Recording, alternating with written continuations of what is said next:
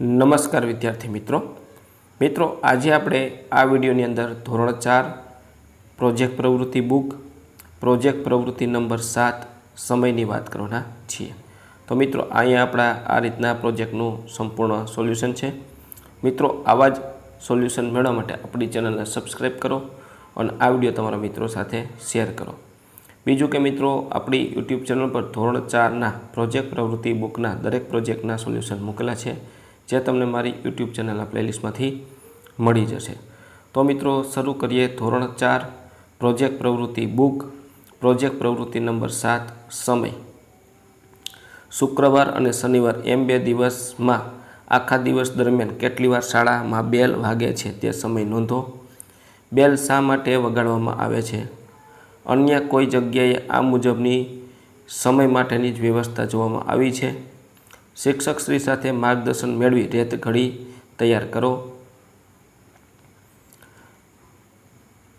શિક્ષકશ્રી સાથે માર્ગદર્શન મેળવી રેત ઘડી તૈયાર કરો। અગાઉ સમયનો કેવી રીતે અંદાજ લગાવવામાં આવતો હતો તેની નોંધ કરો। શિક્ષકની મદદ વડે ઘડિયાળનું મશીન મેળવી વર્ગમાં પૂઠા પ્લાય પ્લાસ્ટિકની ઘડિયાળ બનાવી વર્ગખંડમાં લગાવો। તો જોઈએ, સવારે ડેરીમાં દૂધ ભરવાનો અથવા લેવા જવાનો સમય નોંધો। તો સવારે ડેરીમાં 6 વાગ્યે દૂધ લેવા માટે જઈએ છીએ। સાંજે ડેરીમાં દૂધ ભરવા અને લેવા જવાનો સમય નોંધો। તો સાંજે 5:30 વાગ્યે દૂધ લેવા માટે જઈએ છીએ। તમારી આસપાસ સવાર સાંજ મંદિરની પ્રાર્થનાનો સમય નોંધો। સવારે 6:30 વાગ્યે અને સાંજે 7 વાગ્યે મંદિરમાં આરતી થાય છે। ત્યાર પછી ગામમાં આવતી બસના સમય જાણીએ। તો સવારનો બસનો સમય 5 વાગ્યે, 7 વાગ્યે અને 10 વાગ્યે બસ છે। બપોરનો સમય છે બસનો સમય તો કે 1 વાગ્યે, 3:30 વાગ્યે અને 5 વાગ્યે છે। ત્યાર પછી શુક્રવાર અને શનિવાર એમ 2 દિવસમાં આખા દિવસ દરમિયાન કેટલીક વાર શાળામાં બેલ વાગે છે તે સમય નોંધો। તો અહીંયા જોઈએ, શુક્રવારે સવારનો શાળા સમય બેલ વાગવાનો છે 7:15 વાગ્યે, 7:30 વાગ્યે બેલ વાગે છે, બરાબર છે। 7:15 છે એ પ્રાર્થનાનો બેલ છે, 7:30 વાગ્યે છે એ આપણો પ્રથમ પીરિયડ શરૂ થાય છે। ત્યાર પછી 8:30 વાગ્યે, 9:30 વાગ્યે, પછી 10 વાગ્યે, 9:30 વાગ્યે રિસેસનો બેલ છે, 10 વાગ્યે રિસેસ પૂરી થઈ છે। ત્યાર પછી 11 વાગ્યે બેલ વાગે છે અને 12 વાગ્યે બેલ વાગે છે। એવી રીતના શુક્રવારે બપોરે શાળામાં બેલ વાગવાનો સમય તો કે 12:15 વાગ્યે, 12:30 વાગ્યે, 1:30 વાગ્યે, 2:30 વાગ્યે, 3 વાગ્યે, 4 વાગ્યે અને 5 વાગ્યે। ત્યાર પછી બેલ શા માટે વગાડવામાં આવે છે? શાળામાં પ્રાર્થના સમયે 1 તાસ પૂરો થયાના સંકેત માટે, રિસેસ માટે, છૂટવાના સંકેત માટે, રાષ્ટ્રગીત માટે તૈયાર થવા માટે બેલ વગાડવામાં આવે છે।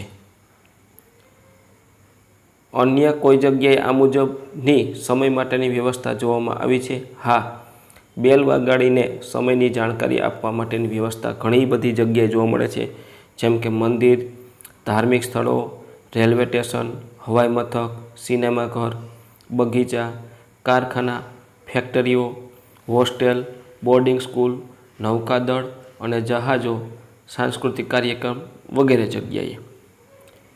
ત્યાર પછી મિત્રો આવે છે રેત ઘડી બનાવવાની રીત। તો એક નાની બોટલ લો, બંને બોટલના ઢાંકણામાંથી મધ્યમાંથી એક નાની સ્ટ્રો જેટલા કદનું છિદ્ર બનાવો। સ્ટ્રોને બોટલની ઊંચાઈ પ્રમાણે કાપો। સ્ટ્રો બોટલના ઢાંકણામાંથી પસાર કરી થોડીક અંદર બહાર નીકળી રહે તેવી રીતના કાપી લો। કાપેલી સ્ટ્રોને બંને ઢાંકણાના છિદ્રોમાં ફિટ કરો। સ્ટ્રો ઢાંકણાની બંને બાજુ થોડી બહાર નીકળે એવી જોઈએ। બંને બોટલના ઢાંકણાને સ્ટીકર અથવા ટેપથી સારી રીતે જોડો, જેથી રેત એક બોટલમાંથી બીજી બોટલમાં સરળતાથી પસાર થઈ શકે। એક બોટલમાં ફનલની મદદથી રેત ભરો। બંને બોટલના ઢાંકણોને મજબૂતથી બંધ કરી દો। ત્યારબાદ બોટલને ઊંધી કરી દો। રેતી કેવી રીતે વહી રહી છે તે જુઓ। આ રીતે રેત ઘડી બનાવી શકાય છે। ત્યાર પછી અગાઉના સમયનો કેવી રીતે અંદાજ લગાવવાનો હતો તેની નોંધ કરો. અગાઉ સમય જોવા માટે સૂર્ય અને ચંદ્રની દિશા દ્વારા સવાર, બપોર, સાંજ અને રાત્રિના અંદાજ લગાવવામાં આવતો હતો. આ ઉપરાંત વસ્તુના પડછાયા દ્વારા પણ સમયનો અંદાજ લગાવવામાં આવતો હતો. રેત ઘડી અને જળ ઘડી દ્વારા પણ પહેલાંના સમયમાં સમયનો અંદાજ લગાવવામાં આવતો હતો. તો મિત્રો આ તો આપણું ધોરણ 4 પ્રોજેક્ટ પ્રવૃત્તિ બુકના પ્રોજેક્ટ નંબર 7નું સંપૂર્ણ સોલ્યુશન જોયું. મિત્રો આવા જ સોલ્યુશન માટે આપણી ચેનલને સબસ્ક્રાઈબ કરો અને આ વિડીયો તમારા મિત્રો સાથે શેર કરો. બીજું કે મિત્રો આપણી યુટ્યુબ ચેનલ પર ધોરણ 4ના પ્રોજેક્ટ પ્રવૃત્તિ બુકના દરેક પ્રોજેક્ટના સોલ્યુશન મૂકેલા છે, જે તમને મારી યુટ્યુબ ચેનલના પ્લેલિસ્ટમાંથી મળી જશે.